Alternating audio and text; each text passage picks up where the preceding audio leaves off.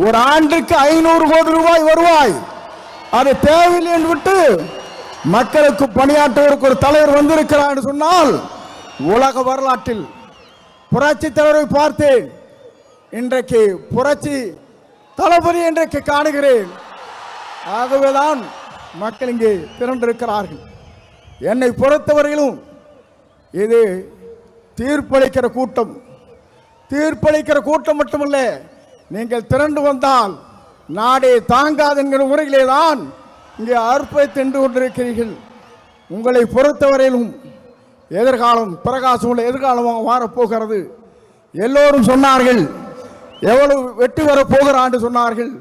234 அவர் ஆரை விரல் காட்டுகிறாரோ அவர் நாம் தமிழ்நாட்டில் சட்டமன்ற உறுப்பினர் என்ற வரலாற்றை படைக்கின்ற அளவிற்கு நீங்கள் வாருங்கள், வெற்றி தேடித்தாருங்கள் என்று அழைத்து விடைபெறுகிறேன். நன்றி, வணக்கம்.